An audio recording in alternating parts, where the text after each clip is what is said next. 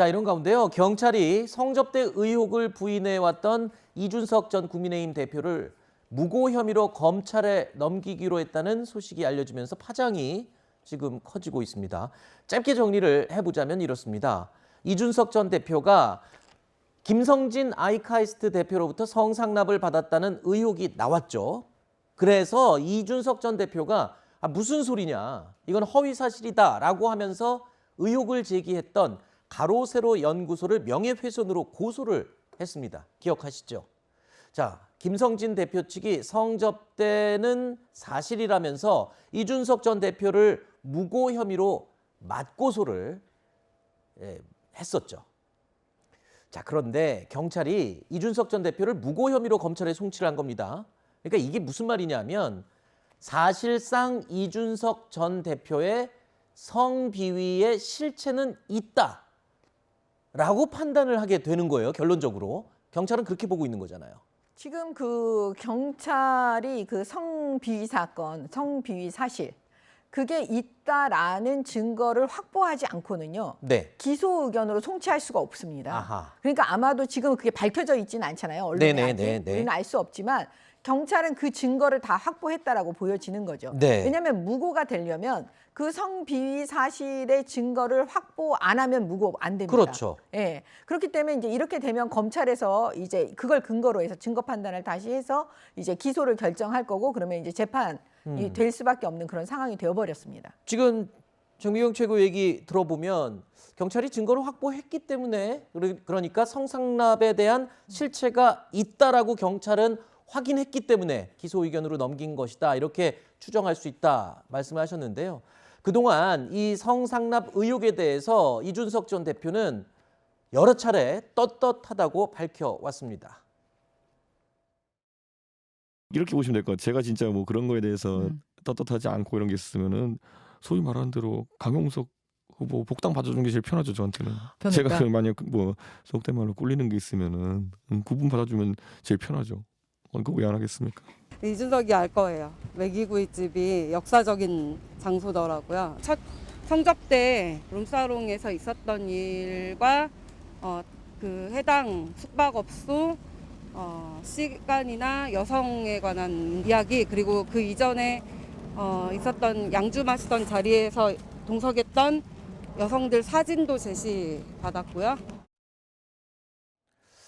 자, 이 그동안 국민의힘과 이준석 전 대표가 아주 심한 갈등을 겪어왔지만 법원의 가처분 기각으로 이게 모든 게 해결이 됐습니다만 이것과 별도로 많은 관심을 끌고 있었던 게 바로 경찰이 이 성상납 의혹에 대해서 어떻게 보느냐의 결론이었거든요. 그런데 지금 이것만 봐도 이거는 이준석 전 대표에게 굉장히 불리한 쪽으로 결론이 난 걸로 볼 수 있을 것 같아요. 네, 지금 지난번 윤리 결정과 법원의 가처분 기각 결정만으로도 지금 상당한 타격이 있겠죠. 그런데 우리가 이제 주목했던 부분은 바로 이 성상납 의혹과 관련해서 이게 뭔가 경찰에서 수사의 어떤 결론이 나지 않았는데 윤리에서 이걸 선제적으로 뭐 품위유지 위반으로 징계 결정을 내리는 것이 이게 맞는 것인가 가지고 굉장히 이제 논란이 있었잖아요.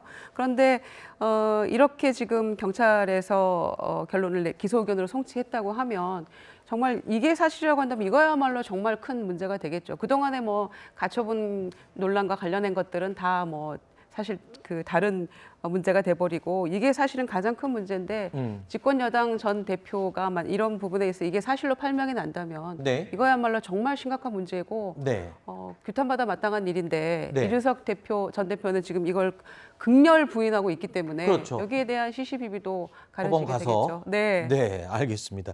자, 그런데 궁금한 게 하나 있어요. 지금까지 국민의힘 윤리위가 징계를 내린 건 이준석 전 대표의 해당 행위에 대해서 내린 거였잖아요. 근데 이제 경찰에서 지금 기소 의견으로 넘겼다. 그러면 이 건과 관련해서 추가로 또 징계를 할 수도 있는 건가요, 윤리위가? 그건 윤리위가 또 할 수도 있는 거죠. 그래요? 예. 그러면은 지금 남은 징계는 뭐 출당이나 제명 뭐 이런 강도 높은 것만 남았잖아요. 윤리위에서 할 수 있는 것들이. 아무튼 이제 그 수사 결과물이 나왔으니까 일단은요. 그걸 보고 다시 할 수도 있는데 뭐 이제 그 상황은 사실 정치적인 거니까 또 이제 어떤 식의 논리가 나올지는 두고 봐야지 알 것 같습니다. 이 전 대표의 정치 생명은 이제 많이 힘들어진 셈이죠. 일단은 그렇게 보이죠. 예. 알겠습니다. 자, 하지만 또 이 정치라는 게 어떻게 상황이 변할지 모르는 거기 때문에 또 지켜봐야 되겠죠. 자, 이준석 전 대표 경찰 수사 결과가 알려지자 여러분이 의문을 갖고 있는 일은 없다면서 성접대 혐의를 전면 부인했는데요.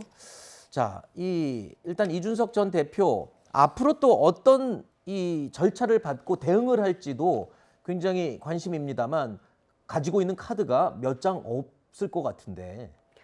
일단은 뭐 책 내겠다고 했으니까 그 책의 내용이 또 반향을 일으킬 것 같고요. 네. 내용에 따라서. 그리고 절대 탈당하지 말아라. 그러면서 당원들을 오히려 독려하고 있잖아요. 네. 당원 가입을 독려하고 있고 이제 아마 지금처럼 해 나갈 것 같은데 근데 결론은 이 수사 결과에 따라서 굉장히 타격을 입을 수도 혹은 기사회생할 수도 있는데 만약에 윤리가 또다시 이제 열릴 수도 있잖아요. 그러면은 지금 당원권 1년 정지했는 1년 6개월 도합 이렇게 네. 된 건데 당원권 정지는 3년까지 가능하다고 들었어요. 이렇게 네. 국민의힘 당원 당규까지 이렇게 우리가 다 공부를 하게 됐는데 네. 아니면 탈당 권유나 제명 이렇게 되어 있는데 그런 것과 무관하게 경찰의 수사가 만약에 좋지 않은 방향으로 난다고 하면 네. 뭐 자동적으로 이거는 정치 생명에 큰 타격이 되겠죠. 네. 그래도 뭐 아직 뭐 결론이 나려면 법정 다툼도 있어야 되고 이준석 대표는 그 동안에는 또 이 차후를 준비할 수 있는 시간은 있는 거잖아요. 그렇지 않습니까?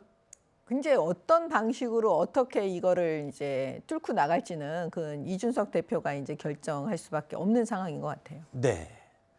알겠습니다. 자, 오늘 두 분과 나눈 Q&A 두 번째까지 여기 나누도록 하고요.